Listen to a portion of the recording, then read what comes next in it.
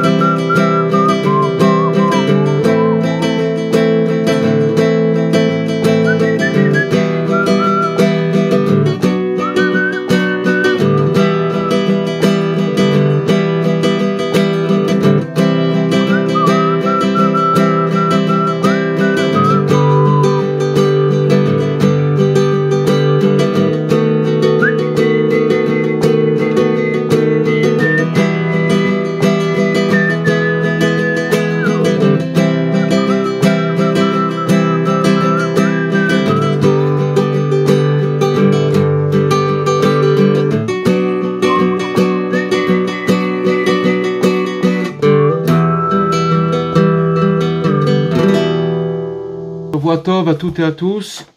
Alors, avec l'aide de Dieu, ce soir, on va étudier un passage de l'Écoute Halachot qui nous parle de Hanouka et qui va nous expliquer un petit peu un des aspects profonds de la fête de Hanouka. Avant de commencer, je voudrais raconter une histoire qu'un ami m'a racontée aujourd'hui et que je voudrais vous faire partager.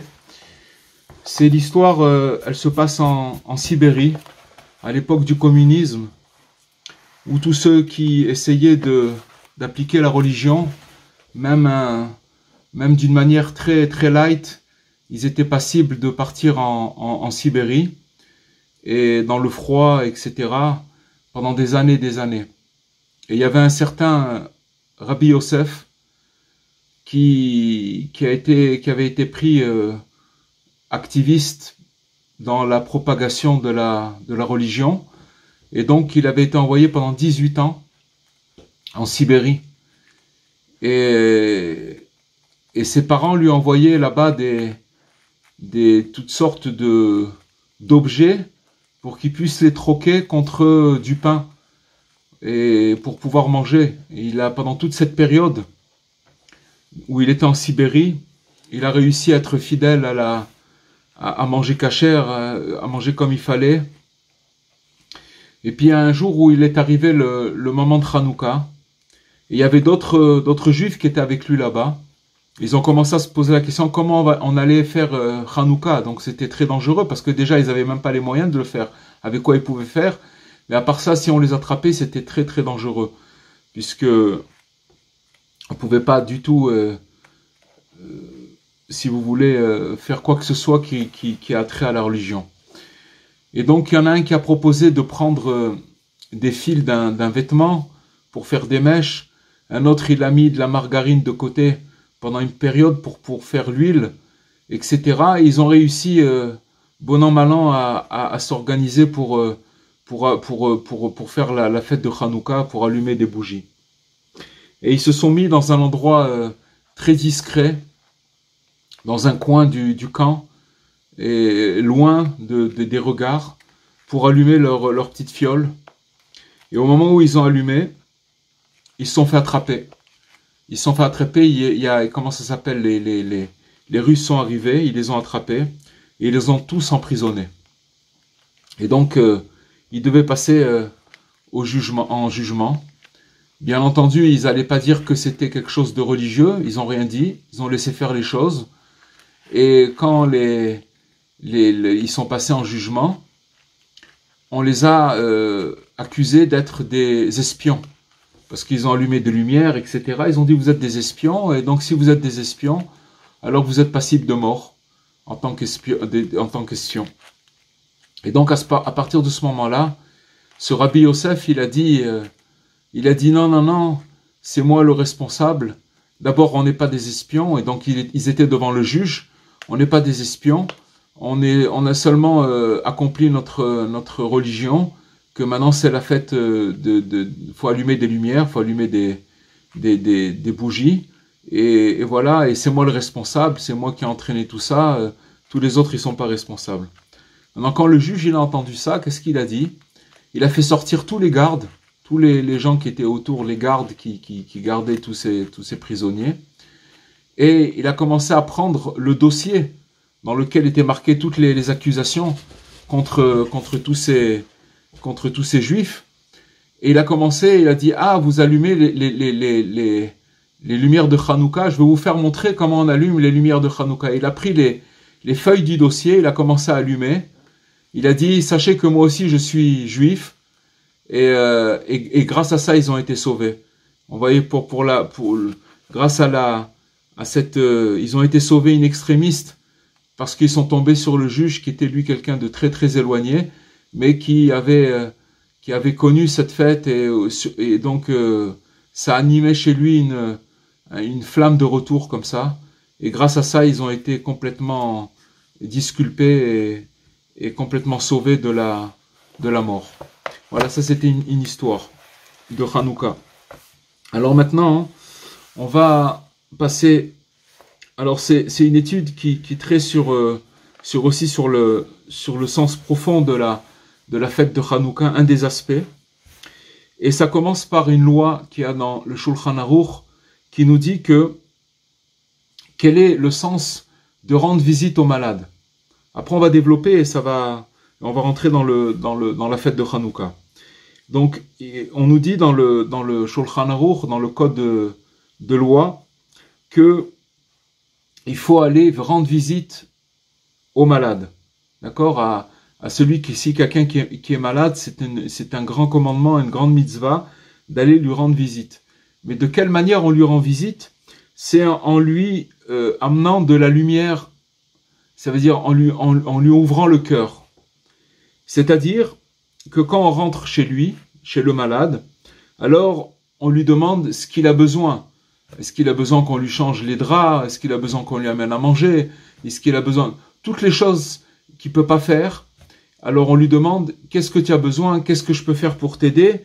Et à part ça, comme c'est marqué tout ça c'est marqué dans la loi, c'est ça le commandement d'aller rendre visite au malade, à savoir de lui faire tout ce que le malade a besoin. Et ça s'appelle lui éclairer le visage.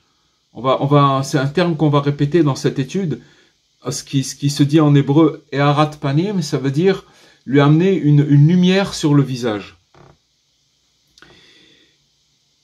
Et qu'est-ce que ça veut dire de lui amener de la lumière? Puisque nous, on vient de l'extérieur pour rendre visite au malade, et que le malade se trouve dans une certaine obscurité, puisqu'il est malade, donc on lui amène de la lumière dans sa maison, et on lui fait tout ce qu'il a besoin. Ça veut dire on l'aide à tout ce dont il a besoin. Et ça s'appelle la notion d'amener de la lumière, puisqu'on lui amène quelque chose, on lui amène une énergie, et c'est une lumière. Et donc, grâce à cette lumière qu'on lui amène, on lui amène de l'énergie, on lui amène une force, qui en vérité est la force d'en haut. À partir du moment où la Torah, elle nous enjoint à accomplir ce commandement de rendre visite au malade, à un malade, automatiquement, il se passe une connexion avec l'au-delà, c'est-à-dire qu'à partir du moment où on se met en marche pour aller rendre visite au malade et qu'on arrive chez le malade et qu'on l'aide dans ce qu'il a besoin, automatiquement on lui amène une lumière. C'est une lumière qui vient d'en haut et qui s'appelle Eharat Panim. En fait, c'est la lumière de Dieu. C'est la lumière, c'est la face, si on peut dire, c'est la face de Dieu qui vient éclairer ce malade-là. Parce que, si vous voulez, toute l'énergie, toute la vitalité qu'on va donner à ce malade, elle vient d'en haut. Mais seulement, nous, comme on est en bas, alors il faut faire une action pour attirer cette lumière qui vient d'en haut et qui va amener de l'énergie, qui va amener de la vitalité au malade. Comme c'est écrit dans le roi Salomon, il dit que la lumière du visage du roi, elle amène la vie. On parle c'est quoi la lumière du visage du roi? Quand on me dit le roi, c'est Dieu. C'est-à-dire que l'énergie de Dieu, elle amène la vie. D'accord? Alors, et c'est marqué aussi que, c'est pour ça que c'est marqué aussi dans le traité de Shabbat, dans le Talmud, que quand quelqu'un est malade, au-dessus de sa tête, il réside la présence divine. C'est-à-dire que quand quelqu'un il est malade, alors la présence divine, elle est au-dessus de sa tête, au-dessus de la tête du malade. Comme c'est écrit, d'où on apprend ça, du roi David, qui nous dit dans son verset que l'Éternel soutiendra sur le lit de douleur, ça veut dire qu'il va aider le malade, et sa couche, il va la retourner entièrement dans sa maladie. Ça veut dire quoi? Ça veut dire que Dieu, j'ai vu un commentaire tout à l'heure très très fort, c'est le Malbim, il dit qu'en vérité, qu'est-ce que ça veut dire qu'il va soutenir sa couche? Que quand il y a un malade et que Dieu préserve, il a personne qui est là pour l'aider, ça peut arriver, que c'est des choses qui peuvent arriver. Alors, il faut savoir que c'est Dieu lui-même qui aide le malade. Ça veut dire plus que la présence divine, elle est au-dessus de sa tête, il va lui donner une vitalité qui va le faire tenir, qui va le faire, même s'il a personne autour pour pouvoir l'aider. Donc, c'est de ça qu'on apprend que sur la tête du malade, il y a la présence divine, il y a cette lumière-là. C'est-à-dire, puisqu'il est malade, alors il va attirer sur lui, même si on ne vient pas lui rendre visite. C'est sûr que quand on vient lui rendre visite, on déclenche cette chose-là d'une manière active et très forte. Mais s'il n'y a personne qui vient lui rendre visite, elle existe, cette présence divine, et elle vient de la lumière divine, de Dieu. Et il nous dit Rabbi Nathan, que cette lumière-là, c'est la lumière du tzaddik. La lumière du tzaddik, elle veille sur le malade, et particulièrement sur les grands malades. Maintenant, vous comprenez bien qu'on parle, ce qui fait Rabbi Nathan, c'est qu'il nous amène une loi qui a dans le code de loi juif, d'accord? Et il va après commencer à amener un enseignement de Rabbi Nachman, et il va nous faire montrer, où il va nous parler d'une maladie, on parle de quelqu'un qui est malade, qui souffre, est malade, qui a de la fièvre, qui a une pathologie. Mais la maladie, elle est aussi dans l'âme. Ça s'appelle aussi être malade. En fait, on est tous malades, on est tous... et petit à petit, il va rentrer, il va développer la chose. Vous allez voir que c'est quelque chose de très très fort. Alors, il nous dit que la lumière du tzaddik, elle garde le malade, particulièrement les grands malades, parce que la lumière du tzaddik, elle soutient le lit de la couche de celui qui est malade. Ça veut dire qu'elle lui donne de la force pour pouvoir tenir dans cette épreuve de maladie. Parce que justement, sur ceux qui sont malades, les plus grands malades, alors ils attirent la guérison spirituelle et matérielle. Spirituelle, ça veut dire quand on parle des maladies de l'âme, et matérielle, c'est la maladie du corps. En vérité, les unes vont avec les autres. Tous les problèmes des maladies qu'on a dans l'âme, tout vient d'un manque de joie. Quand quelqu'un il manque de joie, automatiquement, c'est des pathologies qui commencent à se révéler chez lui, justement parce que on manque de joie, que toutes ces pathologies elles se révèlent. Ça veut dire quoi? Ça veut dire que si on était joyeux et que si on avait cette joie, alors on serait complètement guéri, on n'aurait pas toutes ces pathologies. C'est-à-dire que la simcha, la joie qui se véhicule dans l'âme, elle permet, si vous voulez, au corps de vivre et d'être en bonne santé. Alors, il nous dit que la grandeur, oui, alors qu'est-ce que ça veut dire? Que quand maintenant, on a parlé de la présence du tzaddik qui représente en fait la présence du tzaddik, elle représente la présence divine. Ça veut dire que le tzaddik, il incarne la présence divine. Et cette présence divine, elle est là quand quelqu'un il est malade.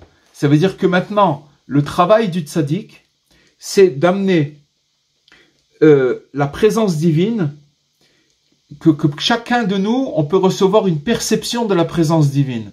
Parce que la présence divine, c'est quelque chose de très, très, très, très grand et très, très fort.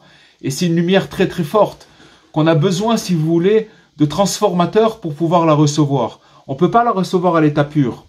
Maintenant, le tzaddik, qui est lui l'incarnation de la présence divine, elle est là pour, si vous voulez, veiller sur nous et nous amener cette lumière d'une manière qu'elle soit transformée et qu'elle nous arrive et qu'on puisse la supporter, qu'on puisse en tirer profit, qu'on puisse en recevoir de l'énergie de cette lumière-là. Que si on la recevait à l'état pur, on ne pourrait pas la supporter. Elle serait trop forte pour nous. Comme on a toujours donné cet exemple, c'est comme si vous alliez vous brancher sur la centrale électrique qui se trouve à côté de votre maison et que vous allez brancher un fer à repasser là-bas. Alors le fer à repasser, il va fondre. Parce que la puissance d'électricité qui passe, elle est trop forte. On a besoin d'un transformateur. C'est la même chose.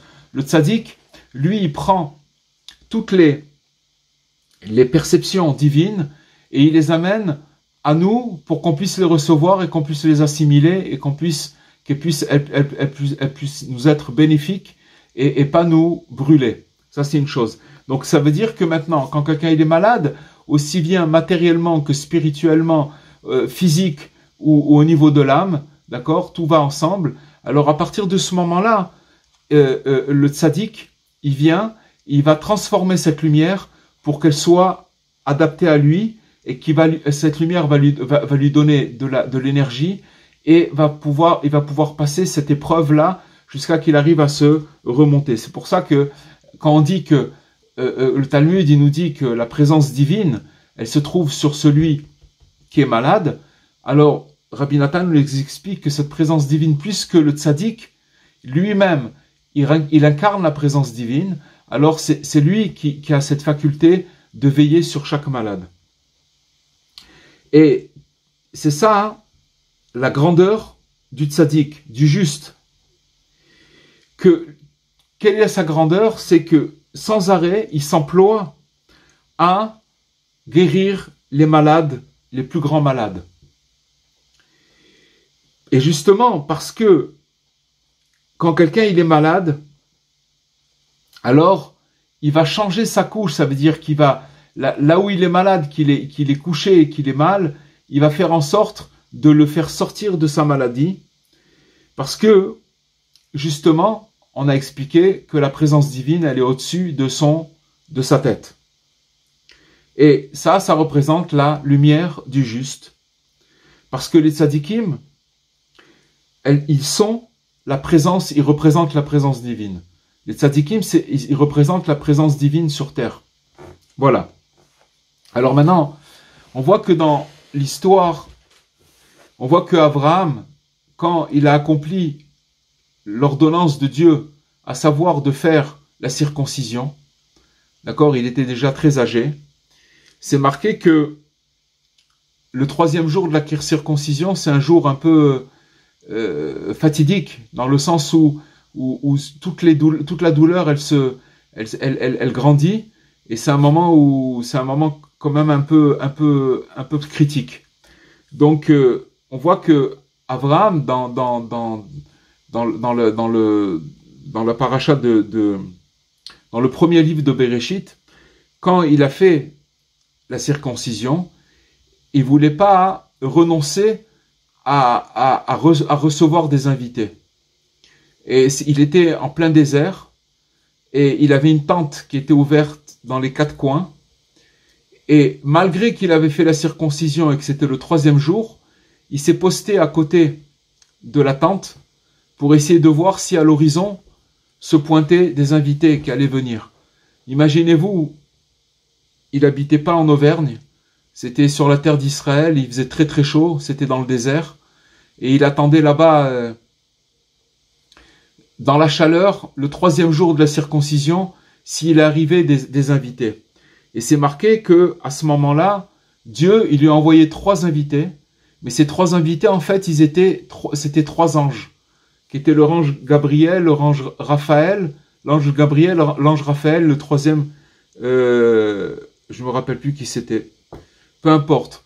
L'ange Raphaël, il est venu pour le guérir, pour le soutenir. En fait, il lui a envoyé 3 anges il lui a envoyé sa présence, la présence divine, parce qu'il était malade, pour pouvoir qu'il puisse tenir dans le fait qu'il était malade. Et donc voilà. Donc maintenant, il nous dit Rabbi Nathan que ça, c'est la notion de Hanouka, la fête de Hanouka et la fête de Purim, qui représentent la mitzvah de rendre visite aux malades. Quel rapport il y a entre la mitzvah de Purim et de Hanouka, d'accord? Hanouka, on a commencé Hanouka, et Purim, ce sont 2 fêtes où Rabbi Nathan nous dit que c'est exactement la même notion de rendre visite aux malades. Qu'est-ce que ça veut dire? Parce qu'il nous explique, Rabbi Nathan, que ce sont des jours qui sont très élevés au niveau de leur sainteté. Bien que ce sont des jours qu'on célèbre, où c'est ni Shabbat ni Yom Tov. Ça veut dire que c'est des jours qui sont chol, qui sont des jours de semaine. On n'a pas de restrictions au niveau de comment se comporter pendant ces jours-là. On peut prendre la voiture, on peut cuisiner, on peut allumer le feu, on peut faire tout ce qu'on veut. Donc il n'y a pas de restrictions. Alors, mais bien qu'il n'y a pas de restrictions et qu'on pourrait croire que à partir du moment où il n'y a pas de restrictions, donc leur sainteté, elle est moindre par rapport à celle de Shabbat et de Yom Tov. Mais il nous dit, Rabbi Nathan, que ces jours-là, ils sont très, très, très élevés, justement parce que on peut faire tous les travaux qu'on ne peut pas faire, si vous voulez, le Shabbat. Par exemple, le Shabbat, il y a plein de choses qu'on ne peut pas faire, et le Yom Tov. Mais pendant les jours de Hanouka et de Purim, on peut, oui, les faire, ces travaux-là. On pourrait croire que ce sont des jours plus inférieurs dans leur sainteté, mais Rabbi Nathan nous dit que ce sont des jours qui sont très, très, très, très, très saints et très élevés. Parce que ce sont des jours où, si vous voulez, on a des perceptions de la divinité d'une manière très, très grande. Et ces perceptions, c'est plus quelqu'un, il est malade dans son âme, qu'il est éloigné, qu'il se sent tellement éloigné et déconnecté de Dieu, ça s'appelle être malade, c'est une maladie, d'accord? On est tous atteints de cette maladie, chacun selon son niveau. Mais il nous dit, Rabbi Nathan, plus quelqu'un il est très très malade au niveau de l'âme, plus il va, si vous voulez, grâce à la force du tzaddik qui représente la présence divine, il va le recevoir le tzaddik qui va lui fabriquer des récipients où il va pouvoir contracter la lumière divine et lui amener ça à son niveau. C'est ça qui va se passer. C'est des choses extraordinaires, ça veut dire c'est des contractions extraordinaires de la lumière divine. Pourquoi? Parce qu'on ne peut pas le recevoir à l'état brut comme on l'a dit tout à l'heure. Alors il nous donne un exemple, une parabole, en nous expliquant que maintenant, quand un homme il est en bonne santé, alors c'est très simple à comprendre que le roi, il va pas venir voir un homme qui est en bonne santé. Un homme qui est en bonne santé, c'est à lui, s'il veut recevoir la face du roi, ça veut dire qu'il veut recevoir de l'énergie du roi, il va falloir que il se prépare, qu'il se nettoie, qu'il se parfume, qu'il se mette en bonne condition à tous les niveaux, où il va être beau pour pouvoir rencontrer le roi.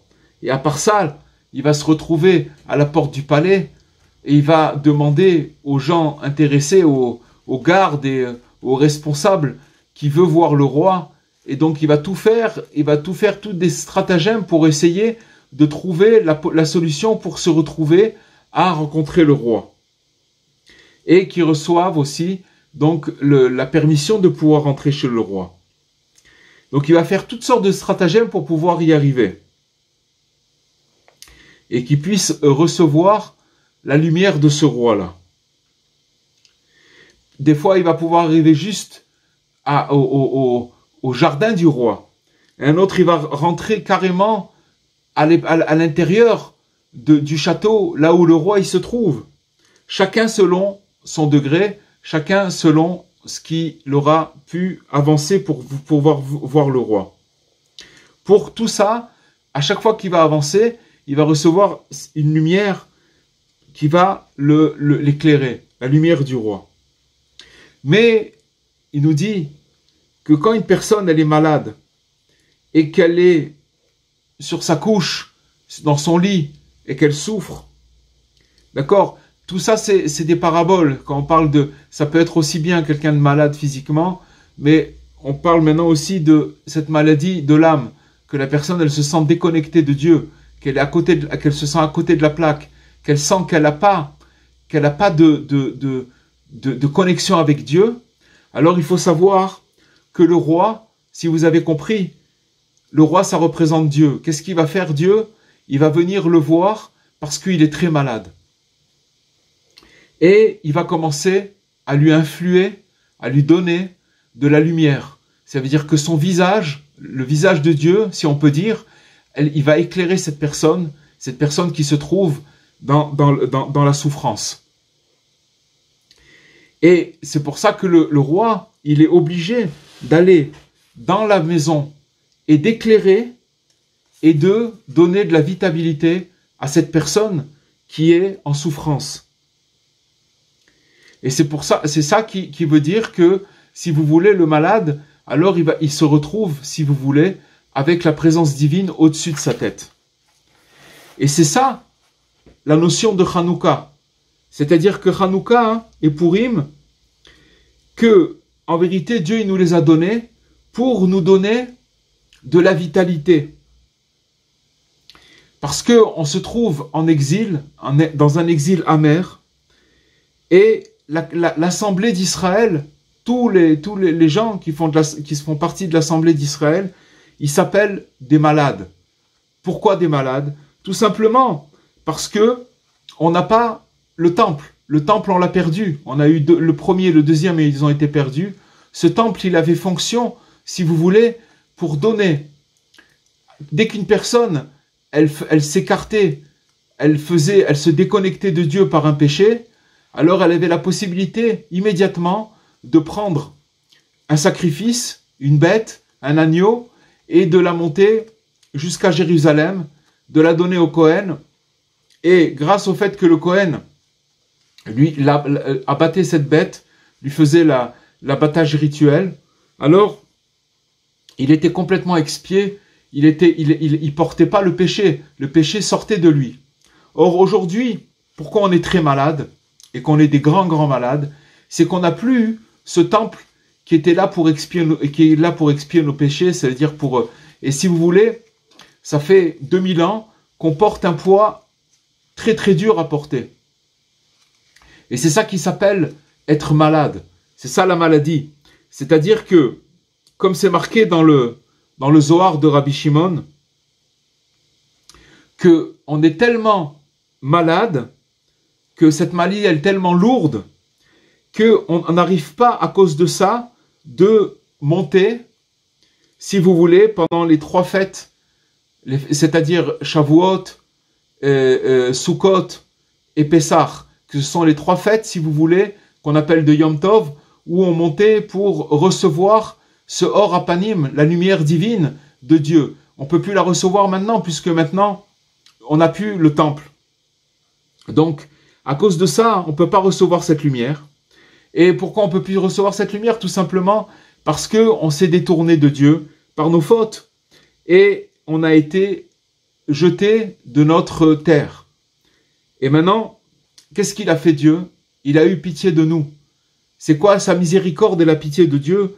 C'est que il a amené 2 jours dans l'année, ça veut dire deux rencontres, 2 rendez-vous, qui est la fête de Hanouka et la fête de Purim.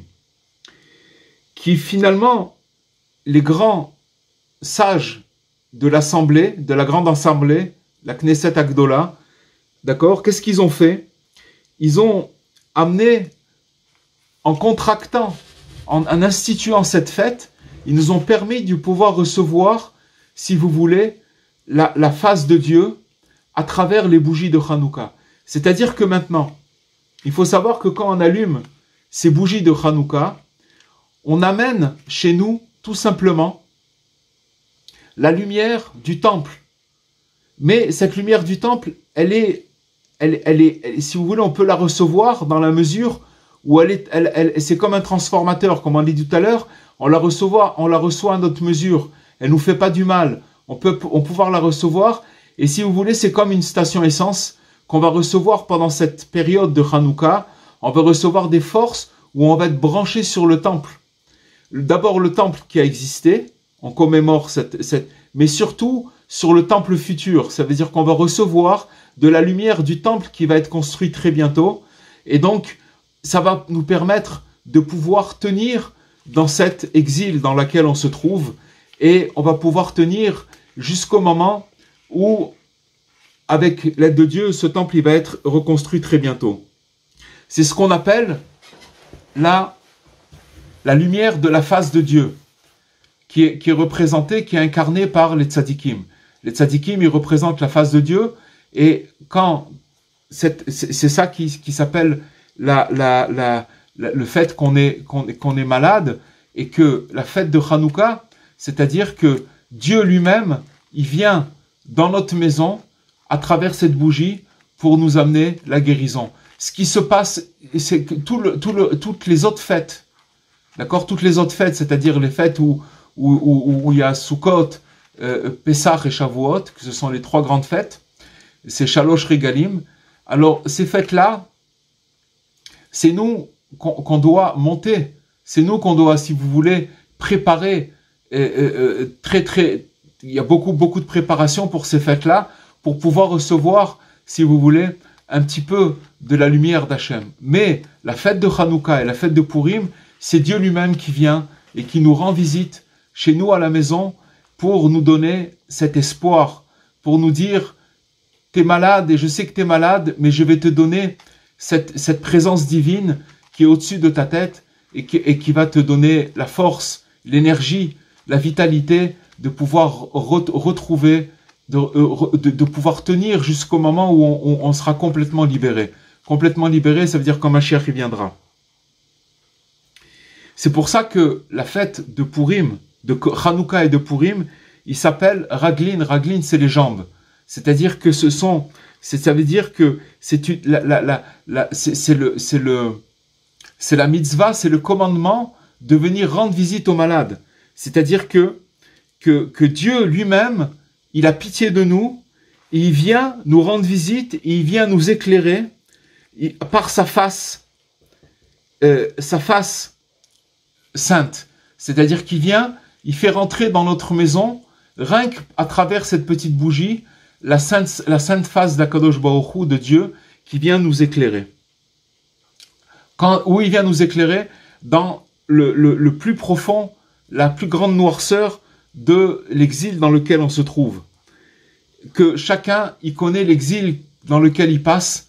On parle bien sûr de l'exil général dans lequel on est, puisqu'on attend Mashiach, mais aussi l'exil de chacun de nous, chacun là où il se trouve, dans les souffrances dans lesquelles il se trouve. Ça s'appelle aussi un exil, ça s'appelle l'exil de l'âme. Et que maintenant, grâce à cette fête de Hanouka, alors on reçoit cette vitalité, cet espoir qui est branché en vérité sur le troisième temple. Et si vous voulez, il nous a donné ces deux jours-là, Hanouka, la fête de Hanouka et la fête de Purim, et qui sont en vérité des fêtes qui sont très très très élevées et très très saintes. Pourquoi elles sont très élevées? C'est marqué que quand on allume la lumière de Hanouka, elle descend en dessous de 10 coudées. 10 coudées, ça représente un point comme ça. 10 coudées, c'est un tefar, excusez-moi. C'est un point. Chaque point, ça représente une mesure. Et que la lumière de Hanouka, elle descend en dessous de ces 10 points-là. Ça veut dire que c'est une mesure qui est très très basse, alors que c'est que à ce moment-là de la fête de Purim et de Hanouka que la présence divine, elle descend dans les endroits les plus égarés, les plus bas. À partir du moment où on allume cette lumière, alors elle descend chez nous dans les endroits les plus sombres, et elle éclaire là-bas, et elle donne cet espoir. Chose qui ne se passe pas tout le reste de l'année. Donc c'est ça qu'on apprend ce soir, que Dieu, pendant la fête de Hanouka, chaque soir de Hanouka, il vient et il nous éclaire de cette lumière, de sa face à lui, de sa sainte face qui vient, et que c'est le médicament le plus fort et le plus... Et pourquoi à travers cette bougie? Parce que la bougie, c'est un transformateur. C'est un petit peu de cette lumière du temple qu'on avait, et qui vient et qui nous est offerte par Hachem, puisque Hachem lui-même, il vient nous rendre visite. Il vient nous rendre visite aux malades. C'est nous-mêmes, ces malades-là. Voilà, chers amis, ce que Rabbi Nathan nous apprend ce soir, quelque chose d'extraordinaire, qui donne vraiment espoir. Et c'est quelque chose, quand on allume la lumière de Hanouka, c'est quelque chose d'extraordinaire de rester devant les lumières, rien que de les regarder. Pas plus que ça, de les regarder et de faire des prières devant ces lumières, une demi-heure. C'est quelque chose où, si vous voulez, c'est comme si c'est une station essence où on prend des réserves pour toute l'année. Le Hanouka, c'est marqué que ce sont des jours de louange, où si vous voulez, on loue Dieu sur tous les bienfaits qu'il a fait sur nous-mêmes. Maintenant, qu'est-ce que ça veut dire qu'on fait des louanges pendant une semaine sur un miracle qui s'est produit il y a 2000 ans? D'accord? Lors de la destruction du temple, alors il s'est produit un miracle que les Romains, ils ont rendu impures toutes les fioles, et qu'il y en avait une qui était restée avec le scellé, et donc il pouvait brûler, cette huile-là, elle pouvait brûler seulement pour un jour, alors que on avait besoin d'allumer cette menorah, le candélabre, et que rien que pour pouvoir faire, et il fallait qu'elle brûle pendant 8 jours, mais il y avait que pour un jour. Alors ils ont pris cette fiole-là, et ils ont dit, on va commencer déjà avec ça, après on verra ce qui se passera. En attendant, on va préparer encore de l'huile d'olive, mais il fallait beaucoup de temps pour la préparer. Ça se faisait pas en un jour. Et il y a eu ce miracle que la quantité pour un jour, elle a duré pendant 8 jours. Maintenant, qu'est-ce que ça a à voir avec nous qu'on célèbre quelque chose qui s'est passé il y a 2000 ans? Qu'est-ce que ça a à voir avec nous? Maintenant, on célèbre, on fait une commémoration d'un miracle qu'il y a eu. Alors, c'est ça n'a rien à voir. Pourquoi on célèbre cette chose-là? Il explique, Rabbi Nathan, qu'en vérité, et c'est un secret, que quand une personne, elle remercie sur tout ce qu'elle reçoit, sur les miracles que Dieu lui a fait, d'accord? Alors, elle va attirer des miracles au présent et au futur. Ça veut dire que maintenant, quand on remercie sur le miracle que Hachem nous a fait il y a 2000 ans, alors on va attirer des miracles au présent et au futur. Et c'est grâce à ces remerciements-là qu'on va attirer la lumière du troisième temple. Maintenant, pour nous, qu'est-ce que ça veut dire? Ça veut dire tout simplement que maintenant, dans notre vie, on a toutes sortes de hauts et de bas.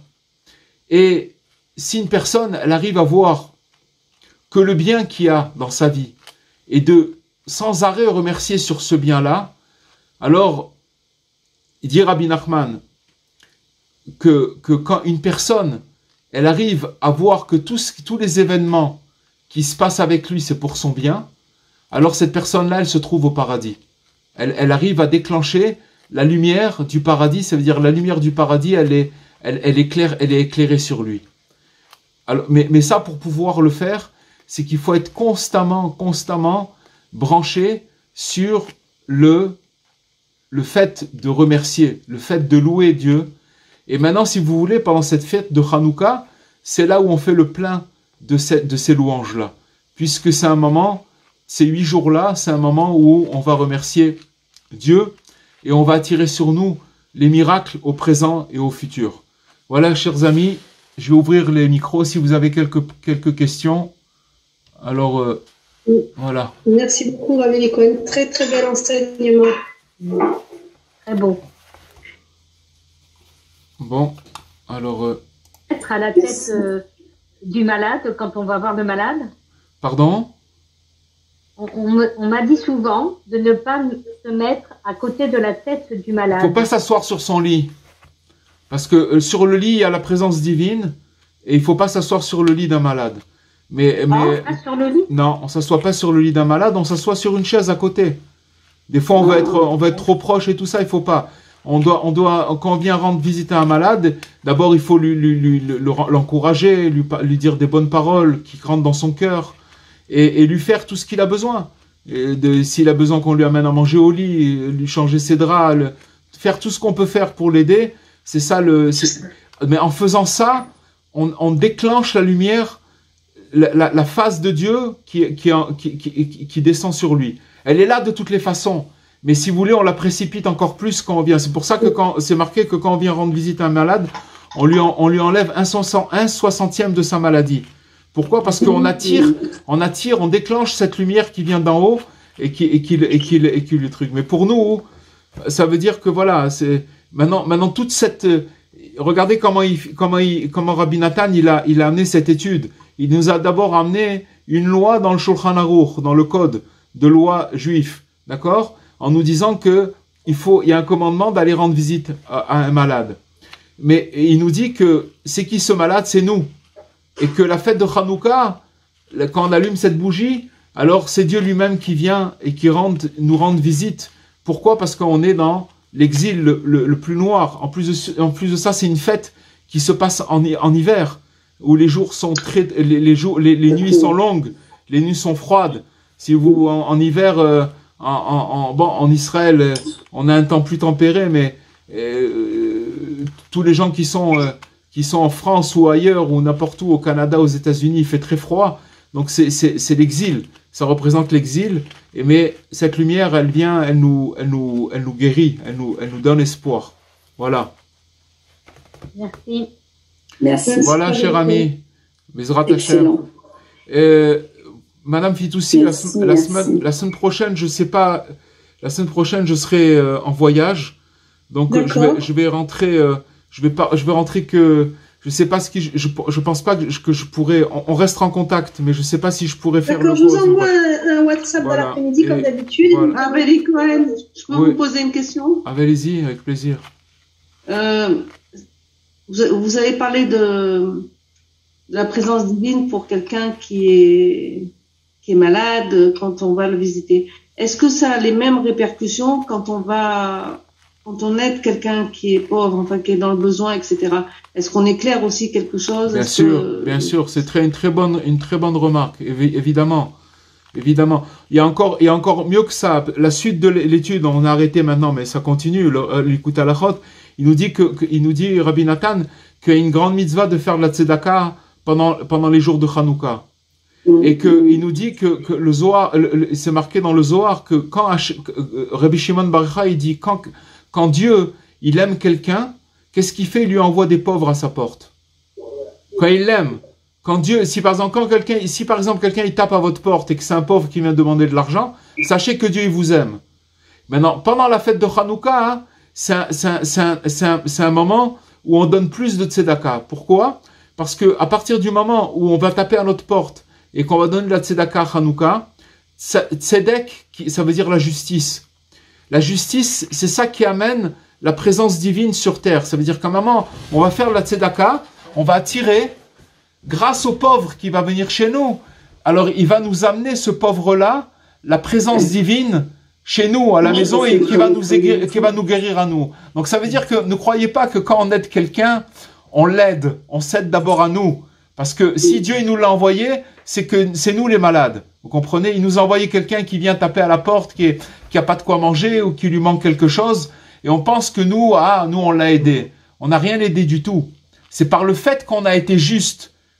C'est quoi la justice? La justice, c'est de dire, si moi j'ai et que l'autre il a pas, il doit avoir aussi. Pourquoi moi je suis le seul à avoir? Je dois aussi lui donner. Donc à partir du moment où je fais cette justice, qui s'appelle la justice de Dieu, à partir de ce moment-là, hein, alors je vais attirer cette même lumière qu'on a parlé, qui est la face de Dieu, et qui va venir chez moi, et qui va me guérir à moi, parce que j'ai fait de la justice. Vous comprenez? Donc cette remarque que vous avez faite, elle est très judicieuse, que c'est sûr que quand on aide quelqu'un, maintenant, c'est aussi avec l'argent, c'est aussi en remontant le moral des gens. Ça veut dire que des fois vous avez quelqu'un qui est pauvre d'esprit, c'est quoi pauvre d'esprit? Qu'il n'a pas du tout le moral.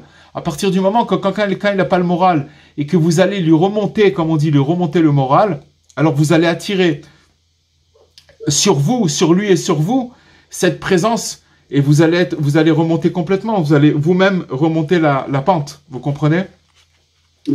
Et c'est quelque chose de vital, parce que sans si vous voulez, ça